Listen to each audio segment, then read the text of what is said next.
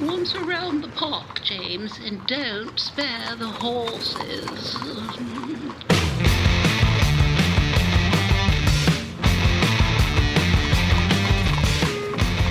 Just want to start off by thanking those of you who spend time with us on a weekly basis. Those numbers continue to grow at a fairly steady rate, and I think it certainly being in your inbox on a daily basis during the federal campaign certainly created a good deal of momentum. But the feedback we get and the in terms of the download numbers, I just want to let you know that we're grateful that you spend time, or make time, I guess, for what we do here on The Ledge. I'm Dave Trafford, and if you would like to, subscribe, follow, that's great. But share it with others, because I suspect that there are people in your circle who may take issue, perhaps, with what we've got to say here on the podcast. Regularly joined, of course, by Keith Leslie and John Wright, and I'm always happy to have Sabrina Nanji in with us. She is the, editor-in-chief, CEO, chief bottle washer, the whole nine yards. She covers everything that has to happen at the Queen's Park Observer. And, you think we kind of get down in the weeds and stuff. You want to actually get a load of Sabrina's work on her daily newsletter there. And if you want to really get a pulse and find out what's going on at the park, that's where I would direct you. Sabrina, good of you to join us. Thank you. Thanks for having me. Okay, so a bunch of things I want to touch on today, including, I know it's maybe a little out of our lane, but I do have a thought on what went on in Ottawa with the cabinet shuffle. I know most people don't care about it, but I think there's a couple of points where we should be flagging to say we care about it. Again, not necessarily provincial politics, but the Toronto Mayor John Tory finds himself in a bit of a difficult media place now with his association with Rogers and everything that's going on there in the boardroom drama that's happening in broad daylight.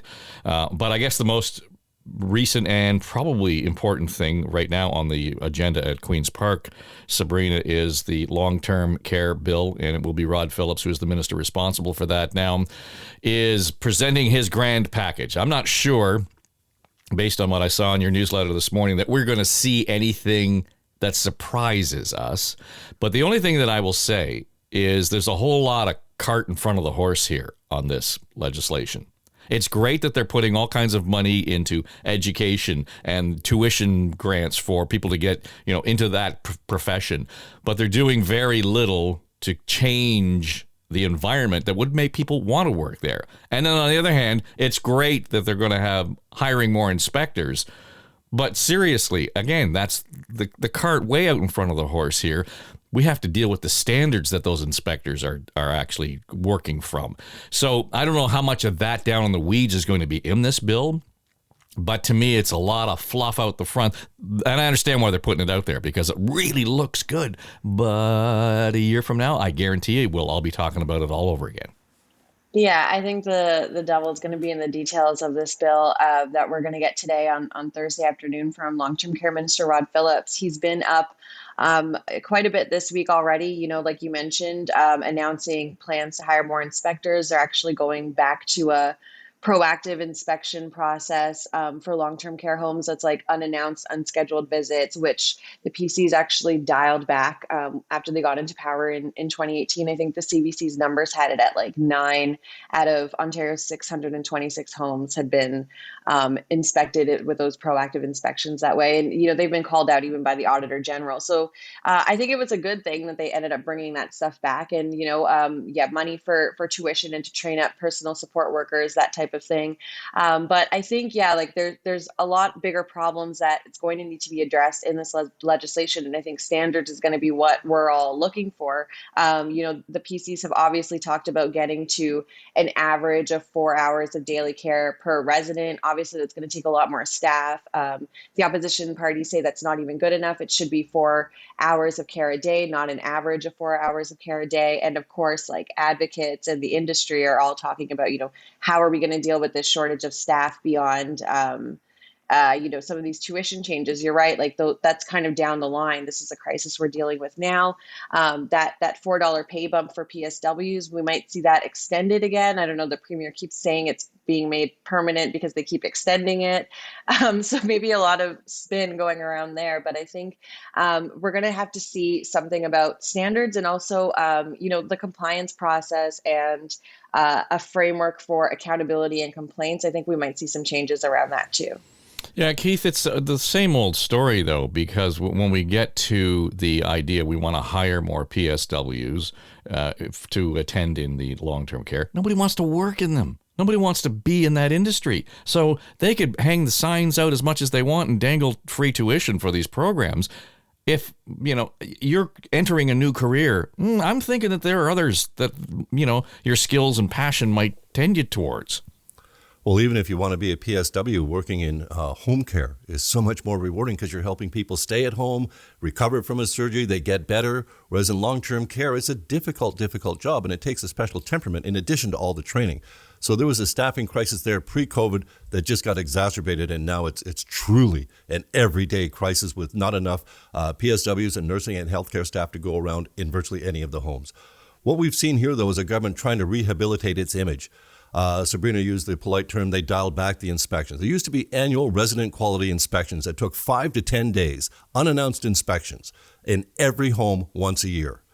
After the PCs came into power in 2018, there were, I believe it was 7 to 9, anyway, less than 10 of the 620 odd homes got inspections that year. And then that was pre-COVID. Then COVID hit.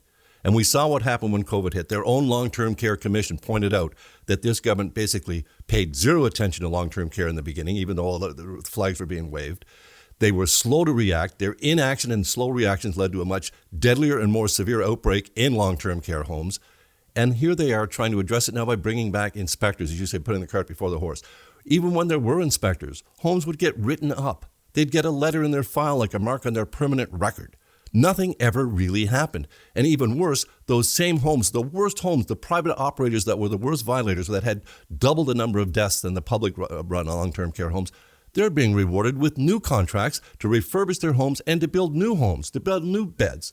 Why? Is this not the time? And I think the New Democrats and the Liberals are both at this point. Now's the time to at least start phasing out the private running in long-term care. You don't have to give them new contracts and new money. You don't have to buy out their, Minister Phillips always says, we don't want to pay for their assets. No, let those things phase them out slowly. But let's start all the new money. It's all taxpayer funding going in. Let's let it go and keep these homes public. It may used to need P3 models to build them, but this is a government that's trying to badly rehabilitate its image. That's why Minister Phillips is out there every day announcing a new home or a new build, because he's got tens of thousands of beds that he gets to announce at 200 and 300 beds at a pop. So that's a lot of daily announcements as they head into the election. That's exactly what he's doing. But if there's no enforcement in this thing, if there's nothing really going to happen to these homes, the worst offenders, as I say, are still being rewarded with new contracts. What can we hope for actual punishment here for when they treat our most vulnerable residents as badly as we saw in those Canadian Armed Forces reports? So the shocking things we saw, it wasn't even COVID that was killing some of them. This is a government that has a severe image that needs to be rehabilitated, and that's what it's trying to do, but it refuses to let go of its ideology and insist on keeping the private sector having a 60% role in long-term care in Ontario. Okay, John, you're the numbers guy, and so here's what I want you to do. Clearly, based on the strategy that we're seeing here, they are looking at their own numbers and saying this is going to resonate with the Ontario public. The same as, McNaughton's labor changes and, how he's kind of couching all of this stuff. I mean, it was funny. 3 weeks ago, people were laughing at Stephen Del Duca for talking about a 4-day work week, and here's McNaughton saying, well, we're going to have this sort of unplugged hour for our workers. So, they're all trying to cut the same grass here, so to speak. But internally, their own numbers must say this approach is going to resonate with voters as we head into an election in June. Well, I think that they want to have a centerpiece to move forward on the election so that they can say that they've accomplished something. There's a few things that Keith said that I think we have to kind of focus in on too. Number one, you said it was the same old story. You know what? As long as I've been alive, it has been the same old story. It has been a case of where we've had portfolios, dealing with long-term care who have been treated like this. It was actually the first time it was dealt with in in a kind of private-public partnership was actually back with Extendicare back in the 1980s, where there was this injection of capital into public funding circumstances on long-term care because they could see outwards, given the baby boom numbers, they were never going to be able to afford this on their own. So that's the first thing that you have to look at how much money's in the system to deal with this. Secondly, I deal with a lot of demographics in the stuff that I look at, and I've been looking at this stuff for a long time. And we have between now and 2036, and by that date, that year, we will be at the peak of the healthcare system dealing with baby boomers. So the bigger issues are going to be there's way more of us than there are of people to take care of us. And nothing's been ever more evident than what's happened during COVID to every other business that relies on people who are oftentimes underpaid, oftentimes immigrant, oftentimes not that educated to go around and look after people. The issue is you can make all the promises you want. You can talk about all the inspections you want. But the reality is that we don't have people to go into those places and to look after people. We have 84% of people who say that they want to stay in place and age. We don't have people to go to house to house to house. So we've got our eye on the shiny thing, and that is we need more beds, we need more people, and look what the COVID thing did to us.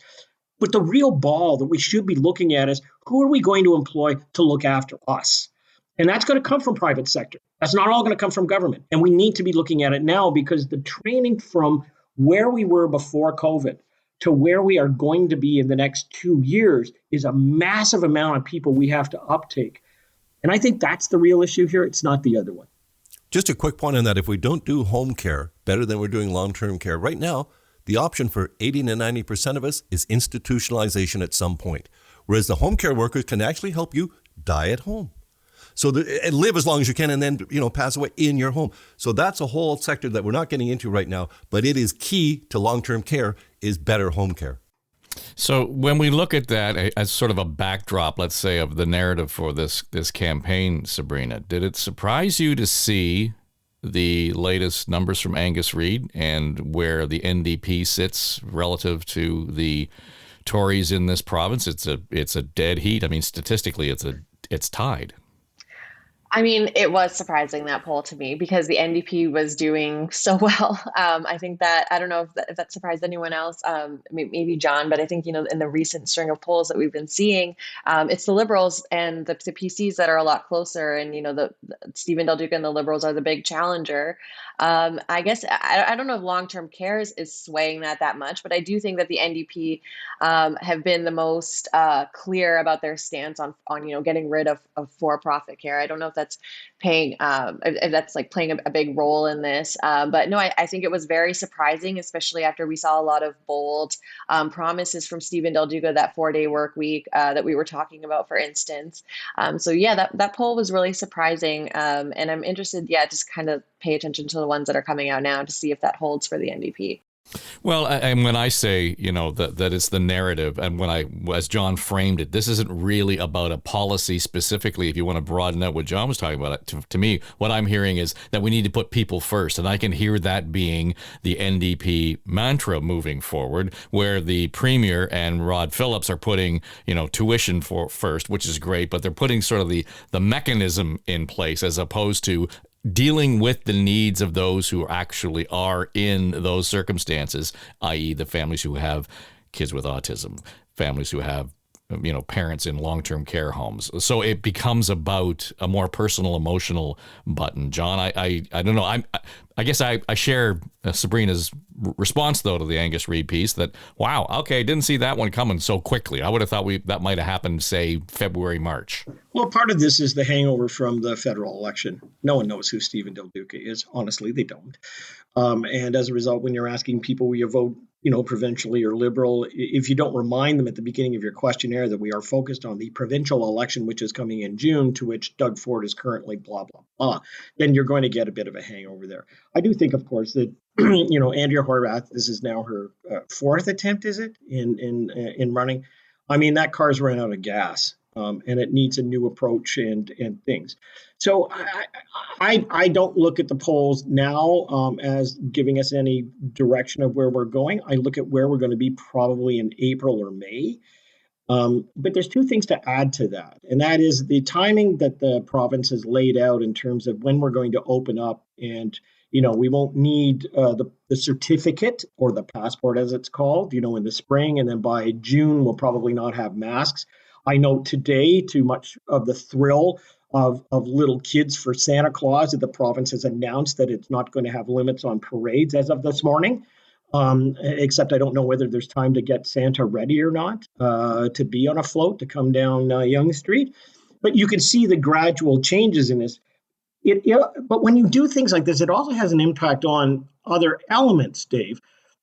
Like, for instance, we have the vaxxed and anti-vax. Well, if you're going to do away with the certificate in the spring, then it says to those who are not vaxxed and don't want to be, well, I'll just hold out. I'll just wait. We've talked about this on our podcast many times before, that there's a certain percentage of unvaxxed people who don't want to, get the jab. And the government at some point was going to have to deal with large layoffs if that was going to be the case. Well, now we're seeing the backpedal. You want to get, I don't know, I didn't understand whether 50,000 people actually worked in the education system and could be unvaxxed. But okay, that's another. But you see in healthcare and a bunch of other places are going, whoa, let's roll this back. And I think they're buying time for the spring. I think that's another element we're dealing with. But much to Sabrina's point on looking at some of the polls now, the one poll that I really vectored into was the Angus Reid poll that did parents and whether or not they would be prepared to get their own kids vaccinated in schools. And you only had 25% of people whose parents who are vaccinated themselves saying, you know what, I will do it. But you had 25% who said, I don't know. And you had 50% who said, no way. And I think these are all issues that we're coming into the fore, leading between now and the spring. You can see it starting to line up. And I don't think the Tories yet have an answer on this, but I think they're praying that we're not going to have a fourth or fifth or whatever wave it's going to be, because they're starting to put plans in place to open up things. And I think they're going to have to be very careful in how they do that. Oh, come on. He's playing to the anti-vaxxers on this. The day they announced, the day that the QR pass went into effect, he said it's not going to be needed after January 17th. Really? Good date, January 17th. Nice to know. That's not even the spring. January, where'd that date come from? And then the same announcement, he said, March 28th, we'll have the masks. You can get rid of the masks. Was that where the dart landed on the board? I mean, come on, where are these dates coming from? If all stays well, there's no thing, and he's undermining his own message. The same thing with the schools. When we heard that the vaccine is about to be approved for the 5 to 11-year-olds, what did he say? Well, that'll be up to the parents. He's undermining their own must get vaccinated message all the way along. He's playing to the people that, and I understand parents are concerned and afraid of this. Damn right. Absolutely. You're damn right. But he's playing right to them. He's playing the same as he's playing to the hardcore anti-vaxxers when he says you won't need the passport as of January 17th. Why not? How do you know January 17th? Where'd that date come from? Look, I understand. Let me respond for a second. I do understand that point of view. And I accept that the dates are arbitrary and that there's no science that says those are the dates, when victory can be declared. Okay, so I'm with you on that.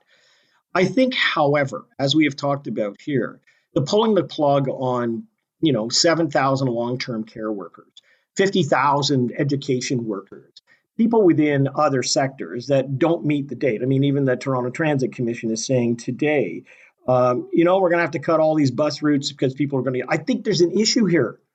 And you can have as hard line as you want, and you can say we're pandering to the anti-vaxxers. And God knows, as I said to you weeks ago, I sat at a dinner table one night, and one of the people we were with pounded the table and was basically, F these people, shoot them over this. Okay, all right, if that's your view, what's your alternative to this? You want to get rid of 50,000 people? Bang, there you go. You want to get rid of bus routes? Bang, there you go. You want to get rid of 10,000 long-term care people who are currently in the system? Bang. What we're missing from this is some kind of roundtable where we can come to some kind of accommodation, and I don't know what that is.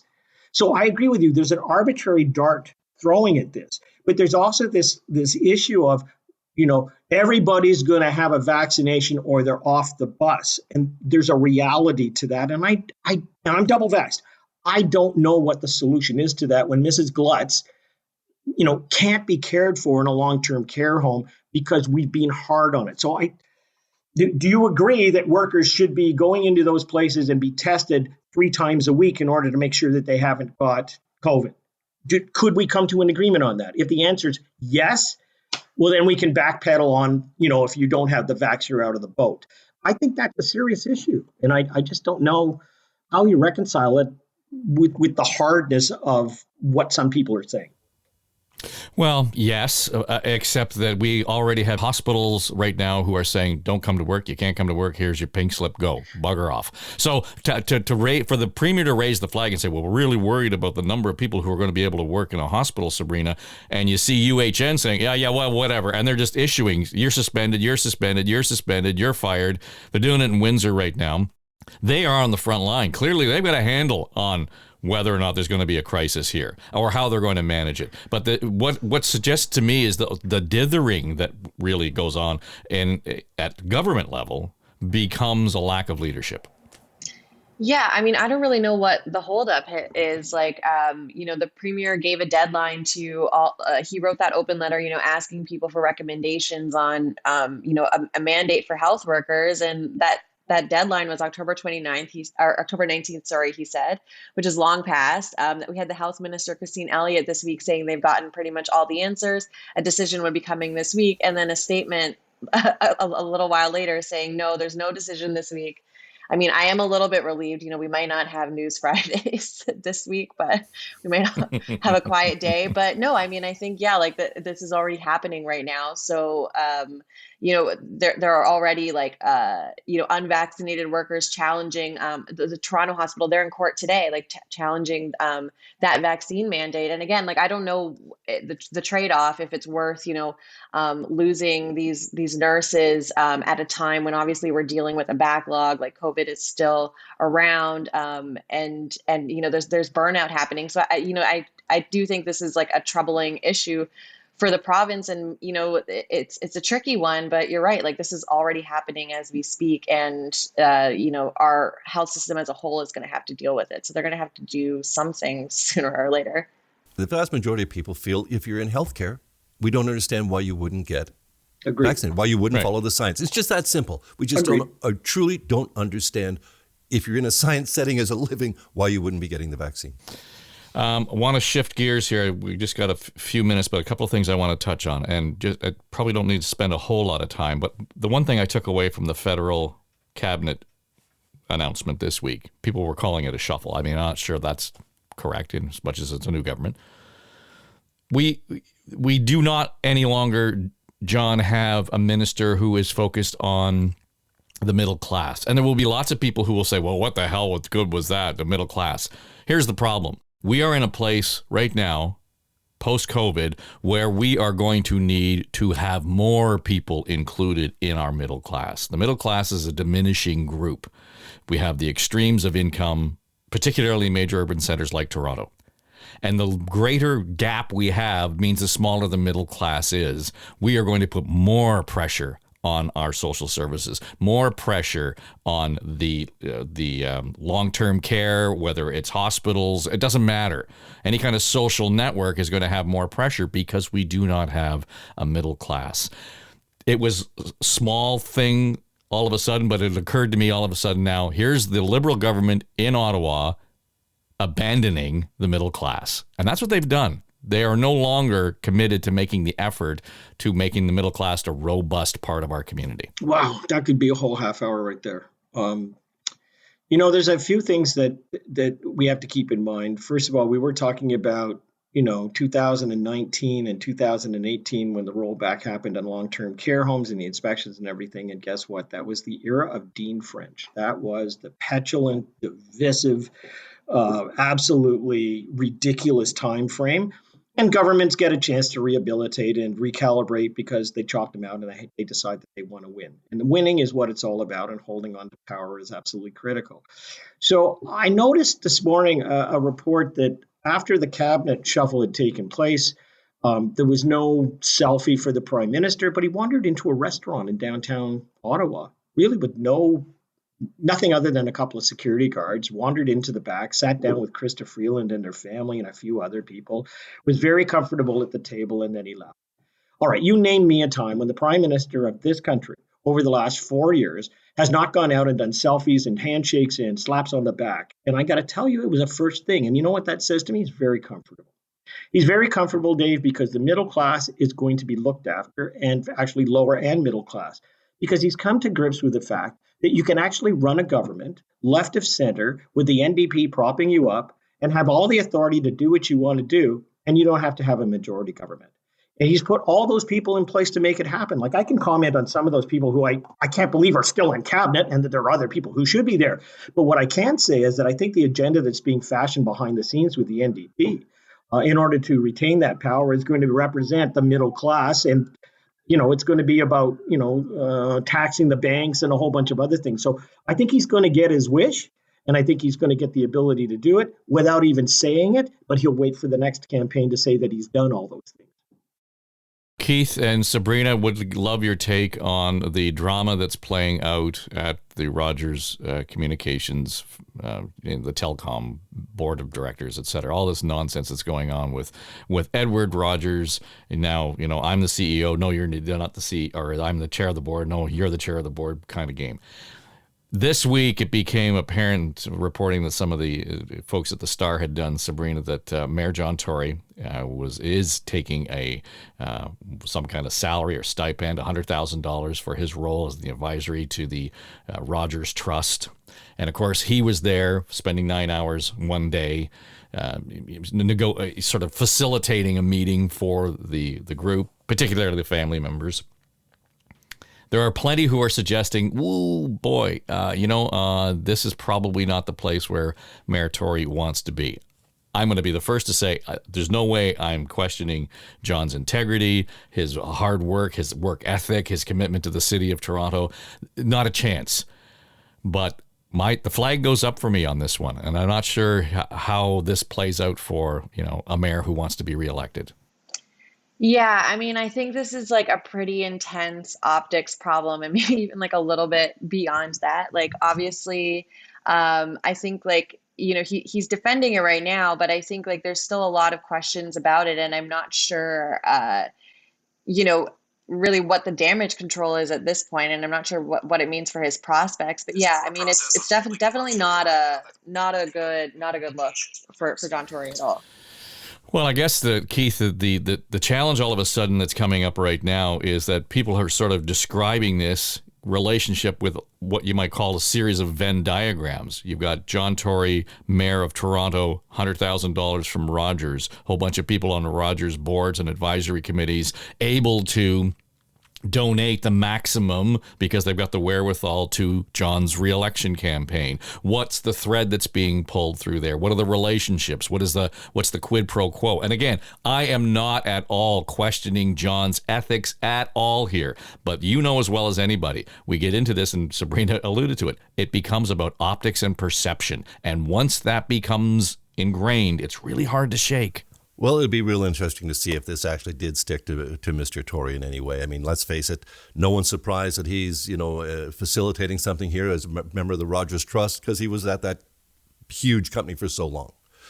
He has a close relationship with them. But the optics of this are never good. It's like a real-life succession. People are going nuts. It's so over the top. This family, you're fighting with your mother and your sisters on the board, and you're firing 5 members, one including a former premier, and you're bringing in these other 5 and using BC securities law because that's where they come. All this, oh my gosh, what a great amount of confusion. But for Mr. Tory, I think in the end, there was a poll, was it last week or the week before, that slotted him up against any potential runners, and there was just no issue there whatsoever. If he wants another term, and if his wife agrees to it, he can have another term, and I don't think this would really, in the end, change it. John? I don't think that there's a harder issue to explain except for equalization. Honestly, we're watching this take place. I don't know what's going on. I don't know who's doing it. I'm following the tweets of one entertaining Rogers family member. But I think, look, we've got what you always find in these incredibly complex issues is that the public latches onto one thing. It's the one thing that they can connect with. And I think, I think the mayor will skate through this. This may all be resolved in the next few days. Who knows?